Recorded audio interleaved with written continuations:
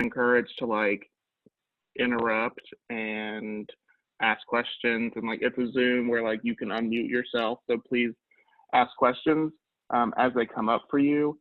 And then in that interest, I just want to like turn everyone on to a fun Zoom feature. If you're on mute and you want to just like come off mute really quickly, you can just like hold your space bar in and then you're off mute and you can talk. And then when you let go of your space bar, your mic is off again. So, you know, fun trick for those of us trying really hard to avoid dogs or children being heard in the background.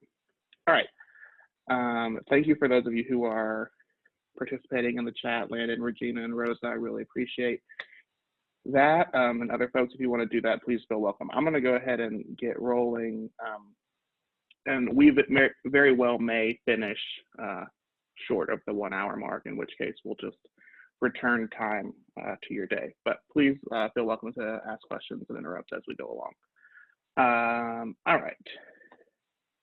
Firstly, who am I? My name is Wes Sanders Hahn-Burgess, but please call me Wes. I use he, him pronouns, and I am the Director of Development and Communications at Georgia Equality. We are the statewide LGBTQ advocacy group working to advance non-discrimination protections and other important legislation for the LGBTQ community and also for people living with HIV and AIDS. And I've been here at Georgia Equality for 9 years and in my current role for 2. Let me say from the outset, I'm not a lawyer. We're going to be talking about some like tax code things today from the IRS largely. I'm not a lawyer. This is not intended to be legal advice, but it is intended to hopefully like spur some thinking on your parts about how you can incorporate advocacy and lobbying into your work without getting in danger of going astray of what is allowed by the tax code.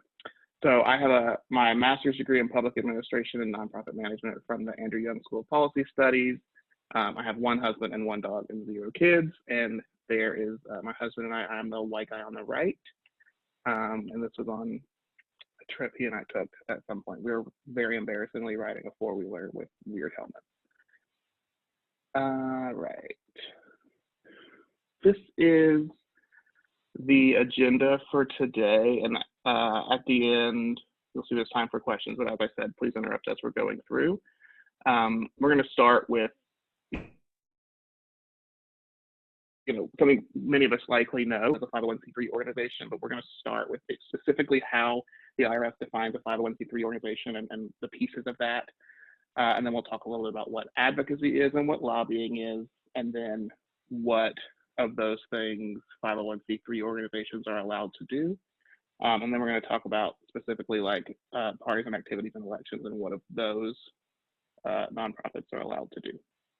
So that's where that'll sort of guide our time together today. And then if you have, at the end it says questions and scenarios, and I mean, so if you're thinking like, here's an activity that we're thinking about doing, or you once saw a nonprofit do, was that legal? I'll tell you maybe what I think, but again, definitely not a lawyer. All right, still got some folks joining. If you've joined late, welcome in. We really appreciate you being here. You haven't missed anything yet. If you want to drop your name and organization and where you're calling in from into the chat, that would be great, just so we can get a sense of who's on the call. All right, so let's start with what is a 501c3 organization according to the IRS. So firstly, you might sometimes hear these organizations referred to as charitable organizations. That's the like shorthand for it. But what a 501c3 organization must be is organized and operated. Those things meaning like you have to file the proper organizing documents with state and federal authorities. You've got to get a C3 letter from the IRS. And then operated meaning you're having like regular board meetings, you're filing taxes regularly. Operated exclusively for exempt purposes. There's obviously a list of the purposes in the tax code in this particular section. Section 501c is like a long-ish list of many different types of nonprofits. And many of us work for organizations that find themselves in 501c3. At Georgia Equality, we have a 501c3, a 501c4, and a PAC, and I'll explain a little bit about those two things in just a minute. But it's just because under the tax code, different organizations, different tax entities are allowed to do different things and prohibited from doing different things. And that's a lot of what we're going to talk about today.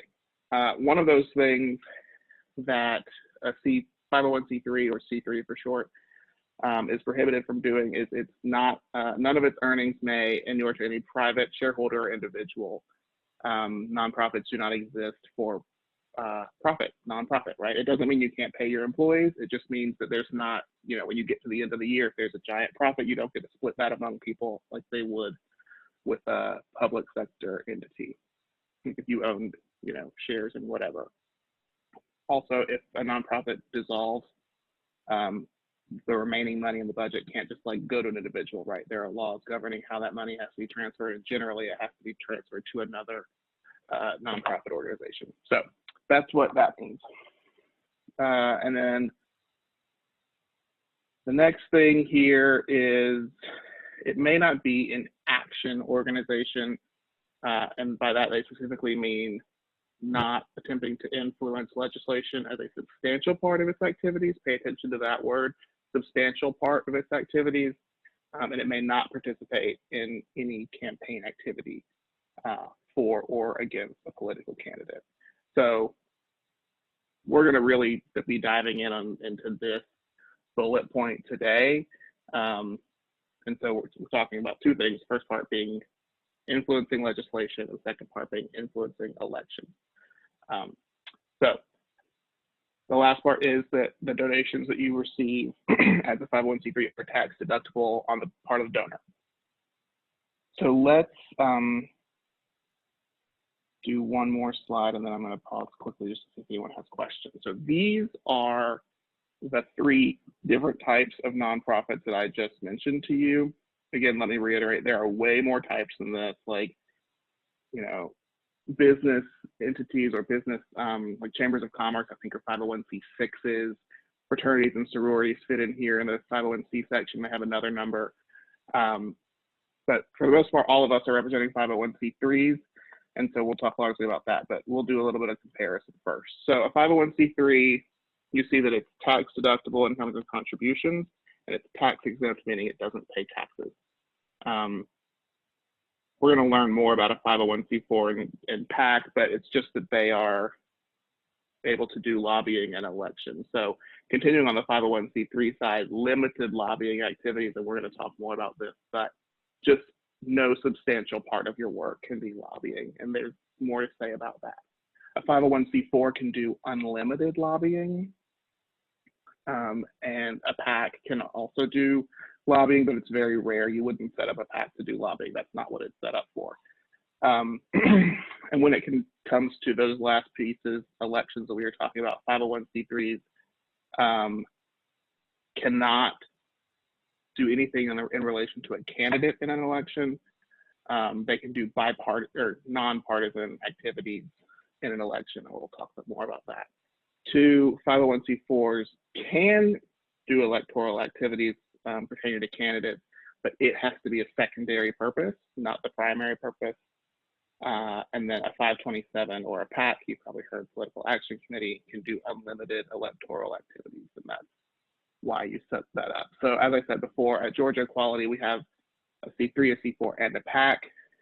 They obviously all keep separate, like bank accounts and separate works and accountings and all of that. And it's important to keep the work separate for tax reasons, but very common for organizations to have more than one of these set up to increase the flexibility of what you can do in the advocacy and lobbying space.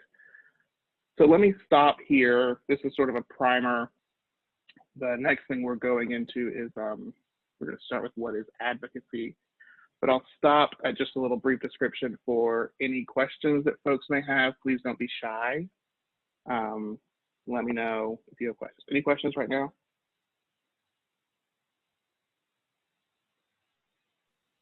Okay. And thus far. Great. So we're gonna start with what is advocacy, and I'm gonna I swear this is the only time I'm gonna ask you to participate.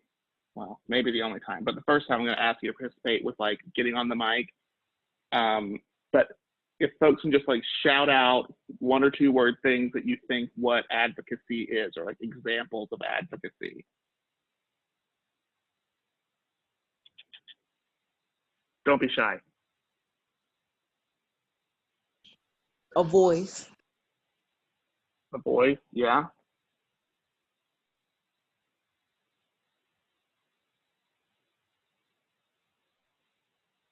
Come on. We've got 1 or 2 words. Nina in the chat saying support. Ladira saying seeking some sort of justice. Landon says coalition building for common purpose. Totally. Yeah. So there are lots of definitions there are lots of actions in advocacy, which is sort of what I was hoping to get at with several different answers. So thank y'all for doing that. These are just a couple other things that are advocacy as we see them, right? Like educating legislators, community organizing, community education, litigation, get out the vote, nonpartisan voter engagement, encouraging voting, lobbying, and political partisan activity are all technically advocacy, right? Yeah, saying education and defending a cause. Andre, thank you. Yeah, so these are all the different things of advocacy, and the question that we're going to talk about today is where and why does the IRS draw the line on what a 501c3 can do? This is where I draw the line as an example of what they're going to let us do. All the stuff above the line, you're good to go. Anything below the line is a no-go. And then the line is drawn through lobbying because you can do it, but a little bit. So let's talk a little bit more about advocacy, and then we're gonna try to understand what the distinction is between the lobbying you can and can't do. Just another note on advocacy. Also, I don't know if this is the first GIF or not, but this is a very GIF heavy presentation because I think they're fun. So this is a little turtle not giving up the fight. So advocacy is ongoing, and meaning there are going to be setbacks. It's going to happen. It has to happen.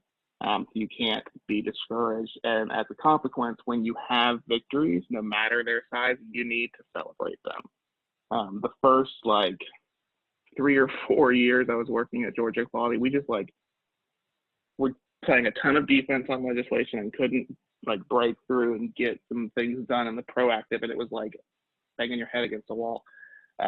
But you keep at it, and eventually you can achieve the goals you set out.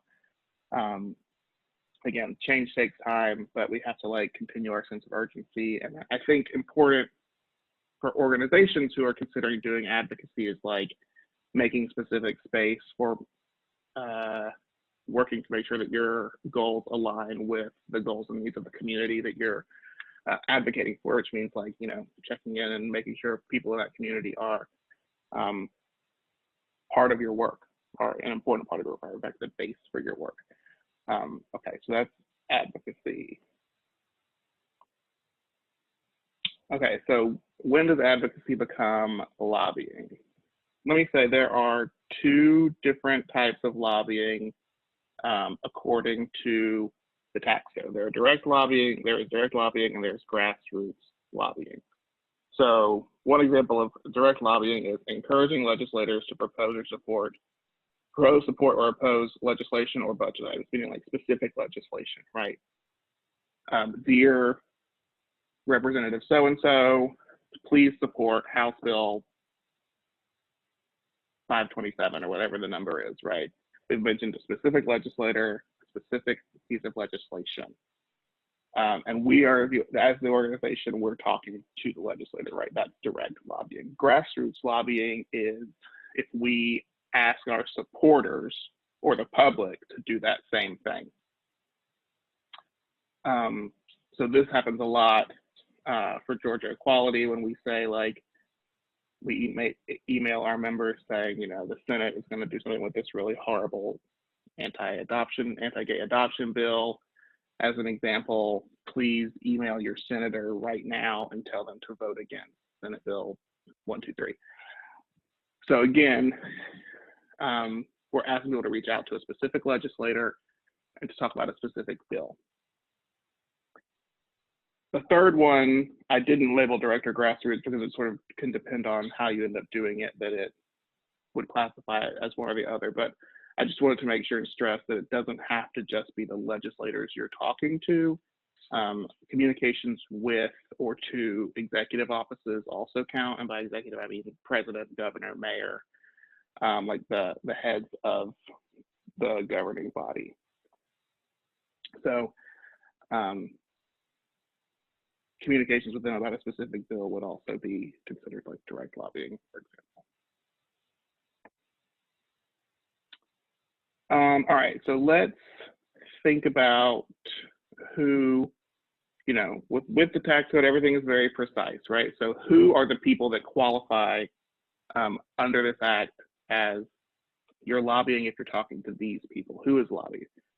As we said, the U.S. House and Senate and staff, that's important, and their staff are included in this. State House, Senate, and staff, so the state level, and then city councils and county boards of commission and their staff, and then obviously executive officers, as we said, and their staff. So this is who can be lobbied, meaning like if you're talking to people, it might be lobbying.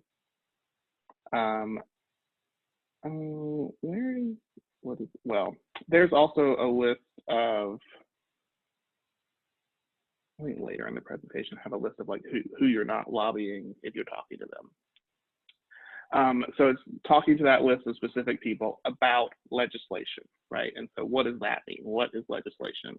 This would be like a House bill, House resolution, Senate bill, or Senate resolution, but it doesn't matter if it's been introduced, if it's been completely written, or if it's like in a draft form of a bill and they haven't been introduced yet.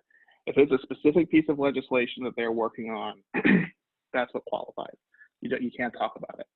You talk about it as an issue, right? Not oppose conversion therapy or not oppose Bill 527. You say oppose conversion therapy. You keep it on the issue, and you're good if you keep it there. A couple of things that are not considered legislation. So there is no restriction on how much you can encourage folks to be active on these and talk to their folks about these, or even that your organization can take a stance on these without any fear of being accused of lobbying. Is like regulations, executive orders, and litigation. Commenting on those things is not lobbying. Regulations being like the state Medicaid waiver is a regulation. Executive order, we obviously, under President Trump, are very familiar with executive orders. So anything that is just signed by the executive but not passed by the legislature, you're free to talk about those. Court cases, litigation, you're obviously free to talk about those as well. Those are not pieces of legislation. Does anyone have questions? We'll pause right here for just a second.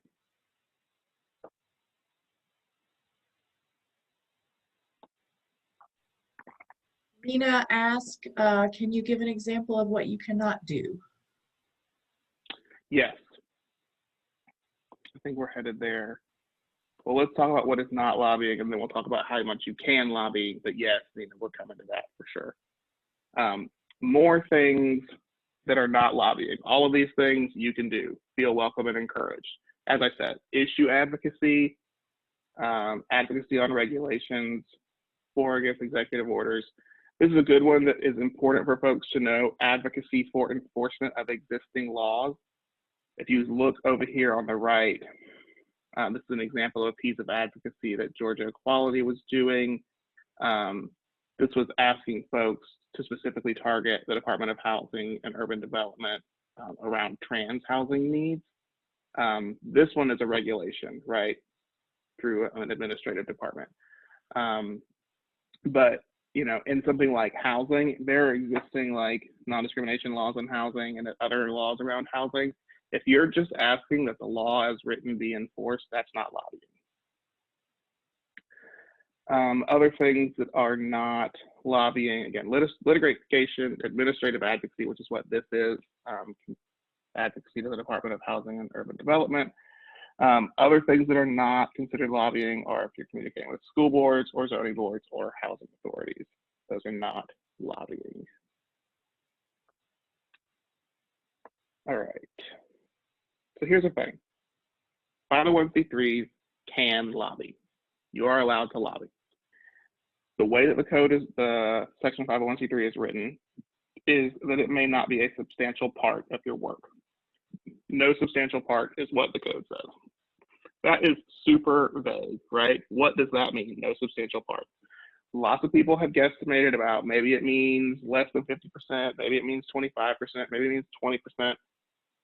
And you can certainly operate in that space of, you know, trying to figure out what that means to you and deciding how much risk you want to take. If you're interested in making lobbying a part of your work as a 501c3 organization, which, like, as someone who works for a 501c3 organization that works, that lobbies, I really have to, like, encourage that, right? Like, lobbying on behalf of your mission is mission work. There is an expenditure test called 501H, a separate section in the tax code, where you can, basically the IRS through a test will tell you exactly how much money you can spend on lobbying. It will just draw the line for you so you know exactly where it is and you won't go over it.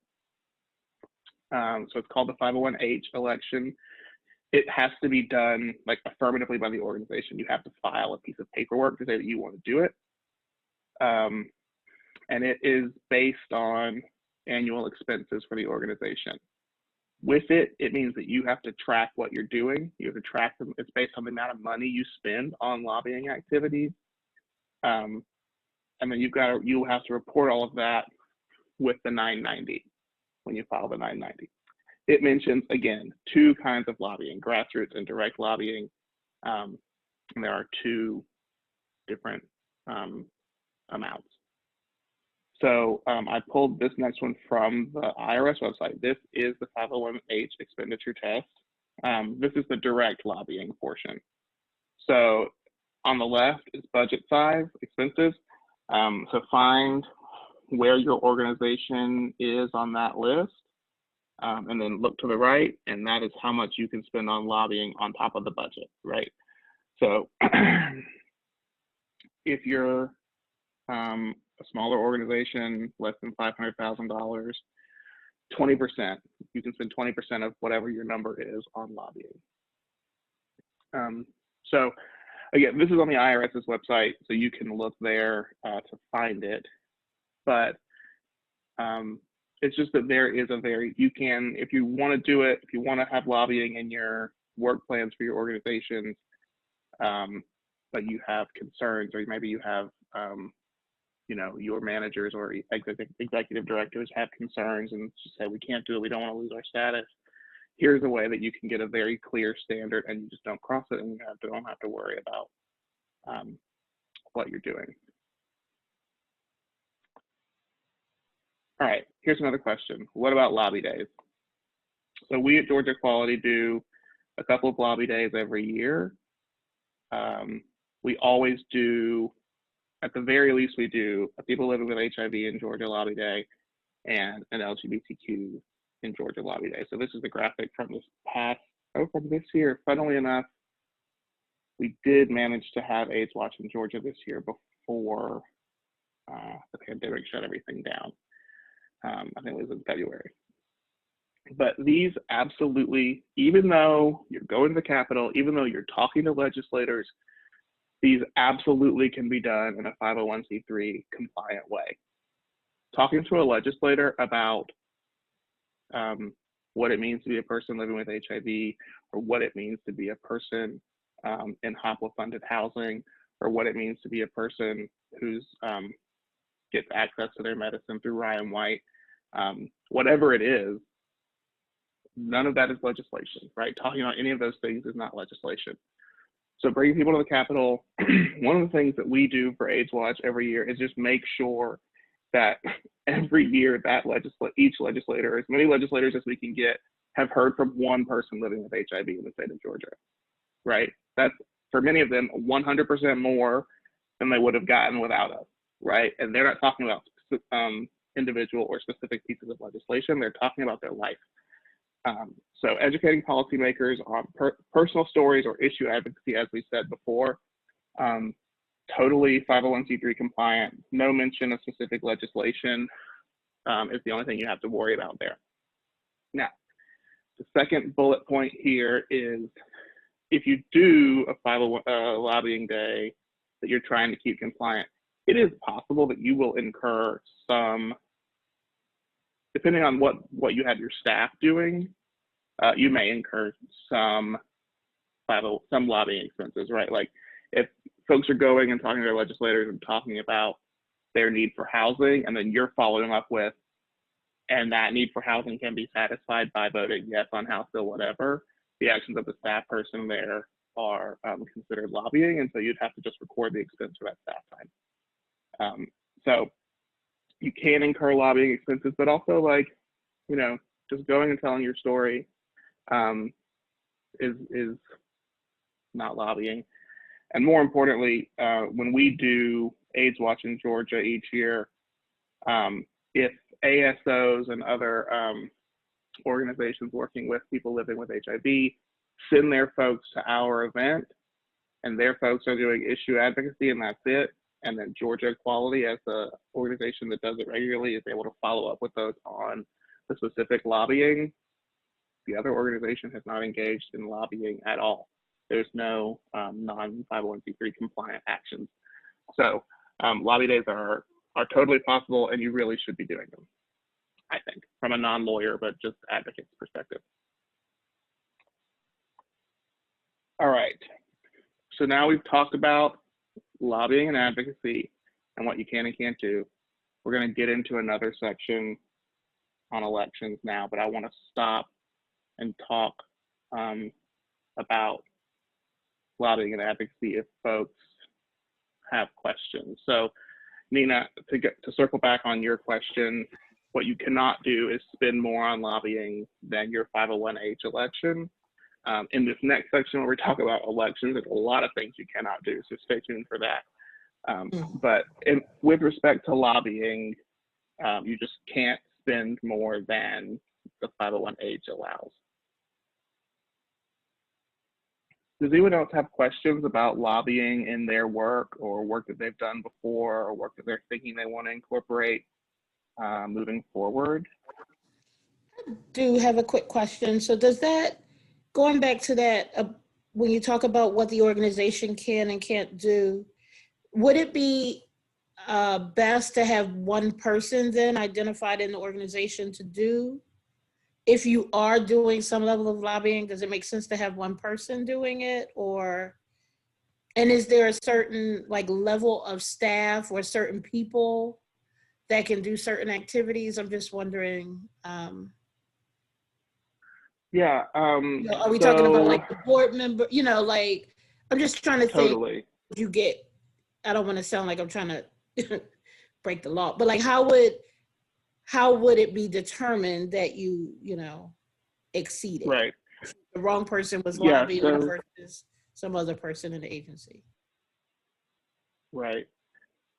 Yeah. So about the like, is it best to have one person question? I certainly think there are advantages to that, right? It's way easier to track how much time one person spends on doing something versus like having a couple of folks. So if you're having one or more than one person doing lobbying, again, like direct lobbying, talking to legislators about specific bills, you do have to record their staff time, right? And that has to be seen as a lobbying expense. Now, to get to your question about board members or volunteers, right? The 501h election only measures dollars spent. So if you sent volunteer lobbyists who you didn't pay a dime to, any lobbying they do on behalf of your organization is not, there's nothing to be recorded. You didn't spend any money. So it always comes down to what you can spend on lobbying. If you can get your lobbying done without spending any money, best I can tell, and by everything I've been told, you're not spending money on lobbying, and that's fine. I will say one more time, I'm not a lawyer. This is not legal advice. And at the end, I am going to point you to an organization that, like, this is what they do, helping nonprofits understand this. This is their whole thing. And so if you have more specific things about it, you can maybe ask them about it. But hopefully that sort of answers your question, Nina.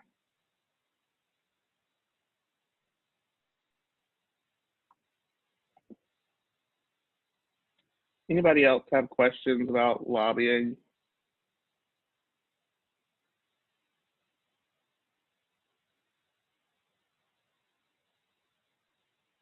All right, well then we will move on. All right, this is the last big section, if you recall from the agenda. Partisan political activities and elections. Let's get into it. So let's first talk about what is a partisan political activity, even though for many of us, this is probably clear from the name, but it is clear support or opposition to candidates for public office during an election. So here's just a list of things that includes. Candidate pledges. If you've seen organizations that are like, these candidates have taken our pledge to not do X, Y, or Z, or to definitely do X, Y, or Z. A 501c3 can't do that. Give money to campaigns, campaign contributions. A 501c3 cannot do that. Doing partisan voter registration or get out the vote, that's what GOTV stands for. If it's partisan, if you're targeting people because you think that they will do what you need them to do, that's not legal. Endorsing candidates or recommending candidates is, again, included in partisan political activity, not allowed. And any sort of organizational communication that calls for support or opposition to a candidate. Now, candidate versus like elected official, right? If they're elected, if they're already in office, it is a little bit of a gray area whether or not when you do this close to an election, are they more candidate or more office holder? You know, that can get a little fuzzy there. But if they're like just running for the office and they aren't already in that office, they are definitely a candidate, and communications that ask people to support or oppose their candidacy are not allowed.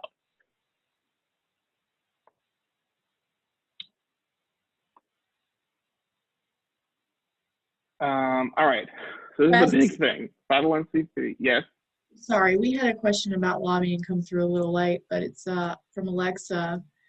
Can you give an example of how Georgia Equality manages their lobbying?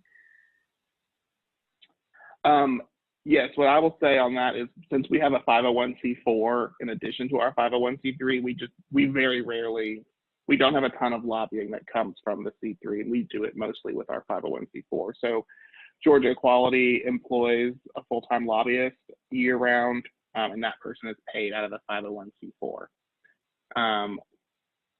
One thing that is sort of notable is all of our employees at Georgia Equality are employed by the 501c3 organization, and any work that we do, any 501c4 work we do is tracked on a timesheet, and then the 501c4 organization has to pay the 501c3 organization for our time that we spent on their work.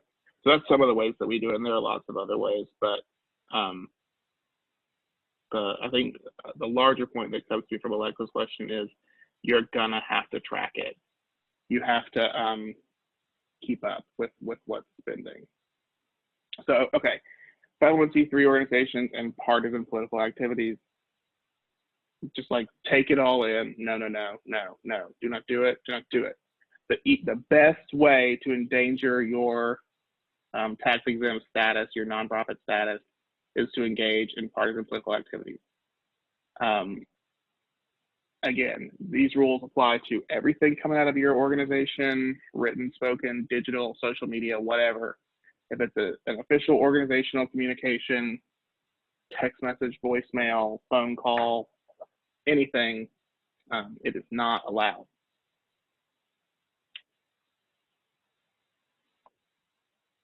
Nina, yes, organizations, but not individuals. And this is an important line to draw, right? Like, you sort of have to understand when you as a person are doing anything of these in this thing, are you doing it as an employee of your organization, or are you doing it as an individual? If you're doing it as an individual, it doesn't matter. Just because you work somewhere doesn't mean you can't do, doesn't mean you as a private citizen can't speak to your legislator about a specific piece of legislation. But you do need to be very careful about it. As an example, whenever we're at the state capitol on lobby days, I make it a point to speak to my state legislators who I know, just to make sure that they know that we're there and have heard from someone, and they're all good on Georgia equality issues. So there's rarely a lot of asks, but keeping them informed and checking in with them. But when I do that, they know that I work for Georgia Equality, but I don't mention Georgia Equality at all. If I'm wearing a Georgia Equality name tag or pin, I take it off. And that may be silly. It's probably unnecessary, but it's just like operating out of to be very cautious about it. But yes, organizations, not individuals. So like, if you post something on your personal Facebook page, that doesn't count just because you work for a 501c3. If you post that same thing on the 501c3's Facebook page, then it's different. Okay, so, but don't get discouraged yet. Can 501c3s play during elections? Yes, there are absolutely things that you can be doing during elections. A running thread through this entire presentation is issue advocacy. Again, as long as you stay on an issue and not, don't talk about a specific piece of legislation or a specific candidate, you're golden.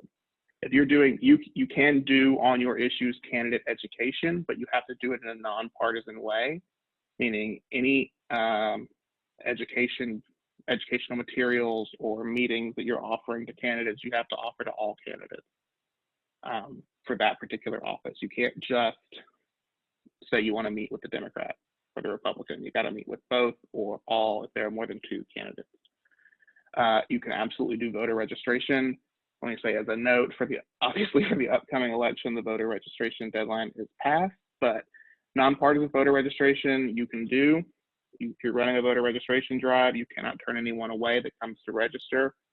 And you cannot offer incentives. So, if you are doing a voter registration drive and you have like a bowl of candy on the table and someone comes up, can I have that? And you register to vote, then you can have candy. That's illegal. Don't say that. Anyone can have your candy. You just hope it brings them to your table so that you can ask them about registering to vote and check in on their voter registration status and make sure they're registered. So no partisan targeting and no incentives.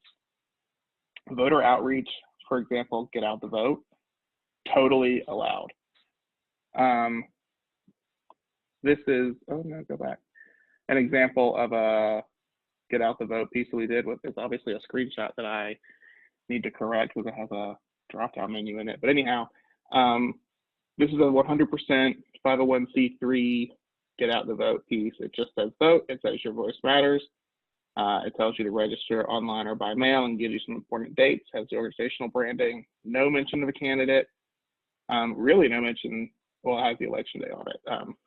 So this is totally allowed. This is totally 501c3 fine.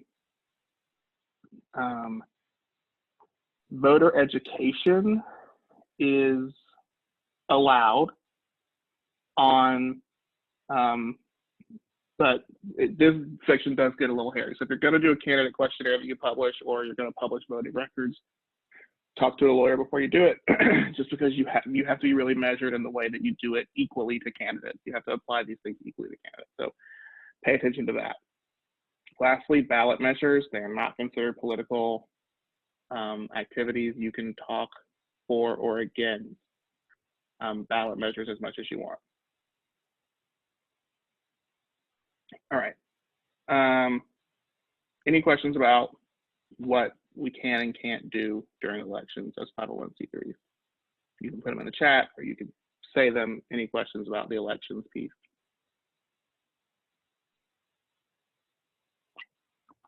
Nina says, what's a ballot measure? Excellent question.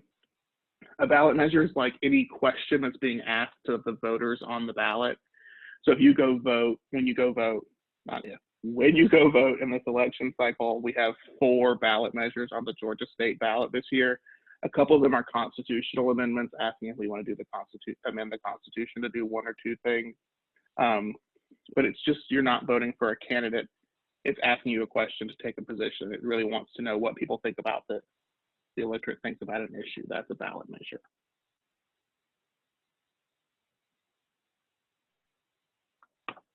All right. Just a couple more things now. What if you as an organization do something wrong? What happens? There are a couple of things that can happen. I will say that, like,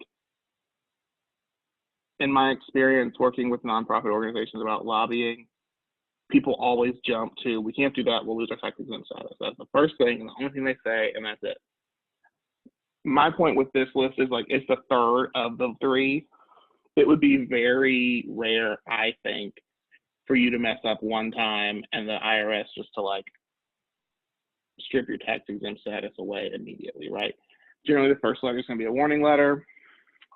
If after a warning letter, you're still doing the bad thing, they may make you pay tax on that, meaning like a temporary loss of your tax exempt status.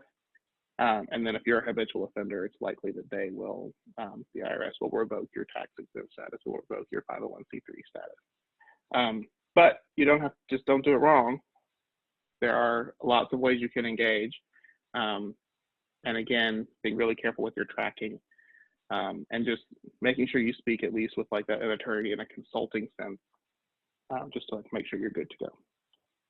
So I just want to say as the last piece then, here are a couple of places that you can get some more information if you're looking for it. Firstly, the IRS has a pretty in-depth interactive course on their website that explores different pieces of what it means to be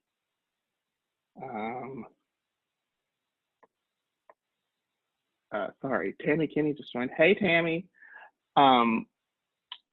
So they have different things on their website of what it means to be tax exempt, and they have lots of questions, but it's an interactive course that you can sit and go through and like watch the presentations. And it's actually, like, considering that it's produced by the IRS, it is very good. Another source of information is me. If you have questions from today or ever anything comes up, feel welcome to send me an email. I'll give you my best thoughts on things. I'm reiterating here, not a lawyer.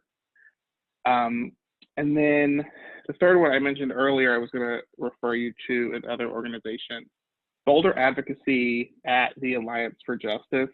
Their whole purpose is to help 501c3s understand how they can lobby, what's allowed, what activities they can do to impact policy and elections. So that's their whole deal. They would be more than happy to help you, and they are great. And they have lawyers. They're actual lawyers. They will not represent you. They will not be a legal representation, but they will happily answer your questions about what you can and can't do. So the next slide just says questions, I believe. So we'll take questions, but I'm going to leave this slide up here for folks if you want to take this information down. What we are at 2:47.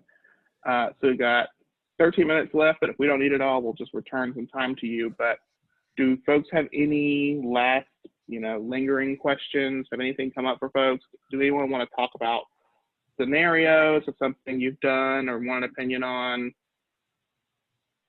I do have a quick question. I know I'm kind of monopolizing. I don't want to monopolize everybody's. No, you're the only one talking. I love you, Nina. But so I'm in one of the historically Black sororities, and of course, Kamala Harris is a member of the sorority. And one question, I saw a couple of posts where people were saying that organizations people shouldn't wear their letters when they go to, it was something about they shouldn't, if they're endorsing a certain candidate, they shouldn't wear their sorority letters because that was representing the organization. And so a lot of people were going back and forth in different posts talking about if you post your picture, when you go to vote, be careful about talking about which, candidate you're endorsing or you're supporting. And it seems like that's kind of a myth, but I just wanted to bring that up and talk about it, because I know there have been some back and forth about organizations whose members end up wearing their letters while they're endorsing a candidate, could be putting the organization in an awkward position. But I think what I think that's not true. I think that you're right, that that's not true. I think it's a really good question and a really interesting question. But the first thing that I would say is, like, from my perspective, I would say that the only part of this that might get hairy is if, no, I don't think there's anything that could happen that would be bad about this. But, like, I'm just trying to think about it from, like, the organization taking an action. That's what we have to be worried about. So if the organization told people to wear their letters to the polls, but the letters of a fraternity or sorority are not politically active. I think there for sure are rules on what you can and can't do and wear and say in the polling place while you're voting. If you're in line to vote, you're not allowed to, like, campaign, obviously, but an AKA shirt, sweatshirt, jersey, whatever you've got, as far as I can tell, is not political. Like, it's not saying, but now let me say, you can't say AKA is for Kamala. You, like, don't wear that shirt into the polling place. But if it's just your letters, I think it's fine. Okay. Wes? Yeah. This is Alexa. That makes me think that is a good question, Nina. Because say there's an example like a group of AKAs gathering together as AKAs to go somewhere to have a mini little rally in support of Kamala. That's gray. What do you think about that? I think a group of AKAs doing that is just fine. If, like, Alpha Kappa Alpha Sorority Incorporated as an organization hosts an event for a candidate, that is a different thing. Okay. But, like, it depends on you how just you're getting together. The gathering. Right. Yeah. I mean, it's sort of a gray area, but there would have to be, like, a specific piece of organizational communication that says we are supporting Kamala Harris or whoever the candidate is. So a candidate piece that is hairy. You could do, I think there was, like, a lot of us have probably seen a picture of, like, many of the historically Black sororities, women wearing, like, their jerseys, but it was, like, several organizations. Right. Saying they were strolling to the polls. I thought that was beautiful, totally legal, nothing wrong at all. Do it. Because it didn't mention a candidate at all. It just said go vote. Okay, that makes sense. Right. Okay. That was a good question, Nina. Yeah. Thank you. Do other folks have questions? Is this spurring some questions for folks, or people feel good about it? Don't be afraid to jump in. All right. I don't see anything else in the chat. Last call for questions. All right, well then let me just say thank you all for joining. I hope you learned something. If you have questions or things come up, please don't hesitate to send me an email or check out the IRS tool or Boulder Advocacy. Thanks so much, everybody. Enjoy the rest of your day. Wes, I do have one last question. How can we get access to the recording or the video if we wanted to watch later? Or if you shoot me an email, I will make sure that you get it. Okay, awesome. Thank you so much. Of course. Thank y'all. Have a good day.